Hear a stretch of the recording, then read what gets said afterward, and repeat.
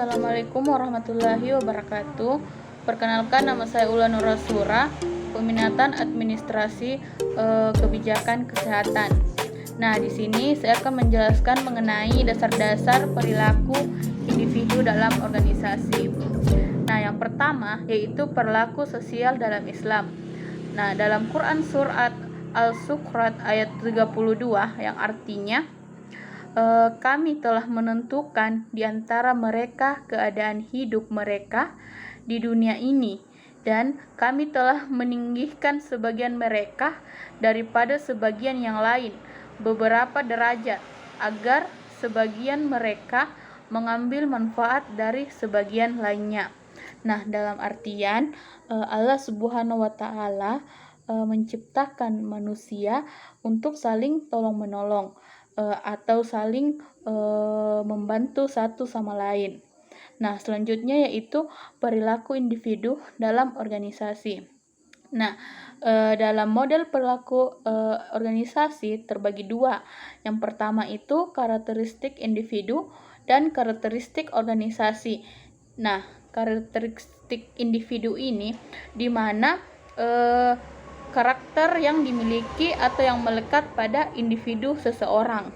Nah, diantaranya itu kemampuan, kebutuhan, kepercayaan, pengalaman, pengharapan, dan lain-lainnya. Nah, sedangkan karakteristik organisasi di mana karakter yang melekat pada organisasi tersebut, yang terdiri dari yang pertama hierarki, tugas-tugas, wewenang, tanggung jawab, sistem reward, sistem kontrol, dan lain-lain. Nah, selanjutnya yaitu model dasar perilaku oleh Cass and James. Nah, di mana dasar perilaku orang dimulai karena adanya sebab atau rangsangan. Sebab ini akan muncul ketika adanya kebutuhan, keinginan, ketegangan, dan ketidaksenangan. Nah, untuk mencapai kebutuhan, keinginan, ketegangan, dan ketidaksenangan ini pasti ada suatu sasaran atau tujuan untuk mencapai hal tersebut. Nah, selanjutnya yaitu sifat-sifat individu dalam organisasi. Yang pertama itu manusia berbeda perilakunya karena kemampuannya tidak sama. Nah, dalam artian setiap orang atau setiap individu memiliki kemampuan yang berbeda. Nah, di mana itu di dalam suatu organisasi kita bisa mengeluarkan kemampuan kita untuk meningkatkan atau untuk kemajuan suatu organisasi tersebut. Nah, yang kedua yaitu manusia mempunyai kebutuhan yang berbeda.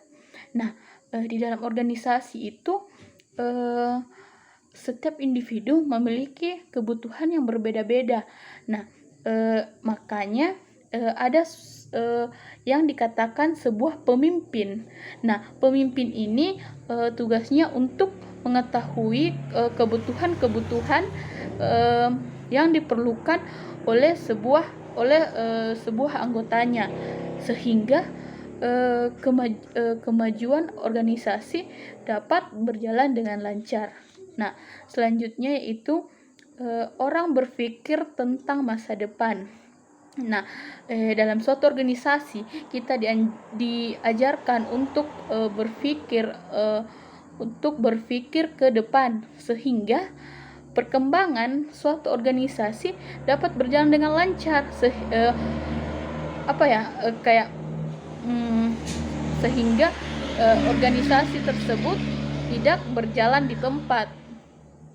Maksudnya organisasi tersebut tidak mengalami perkembangan. Nah, selanjutnya yaitu seseorang memahami lingkungannya. Nah, maksudnya ini setiap individu mampu mengevaluasi apa-apa yang kurang dari sebelumnya, baik itu dari kebutuhannya maupun suatu program kerja dari organisasi tersebut. Nah, selanjutnya yaitu seseorang itu mempunyai reaksi-reaksi senang atau tidak senang. Nah, dalam suatu organisasi itu kita pasti tidak selamanya senang, pasti ada yang namanya tidak senang. Nah, selanjutnya yaitu determinan kepribadian. Nah, determinan kepribadian ini dipengaruhi oleh 3 faktor. Yang pertama itu keturunan. Nah, maksudnya yaitu kepribadian seseorang tidak jauh dari keturunannya. Contohnya itu jika seorang bapak bapak menjadi suatu pemimpin di suatu negara, ada kemungkinan keturunannya atau anaknya juga memiliki jiwa kepemimpinan yang tinggi. Nah, selanjutnya itu faktor lingkungan. Nah, kepribadian seseorang dipengaruhi oleh lingkungannya. Contohnya, jika seorang mahasiswa memiliki beberapa organisasi. Nah, di sebagian organisasinya tersebut mahasiswa ini tidak mampu mengeluarkan pendapatnya atau tidak mampu tidak nyaman di dalam suatu organisasi tersebut, tidak memiliki public speaking yang bagus. Nah, sedangkan ada satu organisasi di mana di organisasi tersebut mahasiswa ini mampu mengeluarkan pendapatnya, mampu berdialog, mampu memiliki public speaking yang bagus.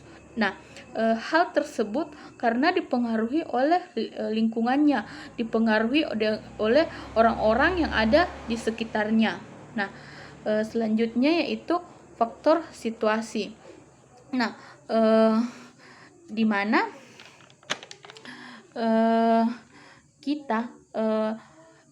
kita melihat dari dalam organisasi, kita melihat dari situasinya, apakah kita merasa nyaman atau tidak berada dalam organisasi tersebut. Nah, sekian penjelasan dari saya, kurang lebihnya mohon dimaafkan. Wabillahi taufiq wal hidayah. Wassalamualaikum warahmatullahi wabarakatuh.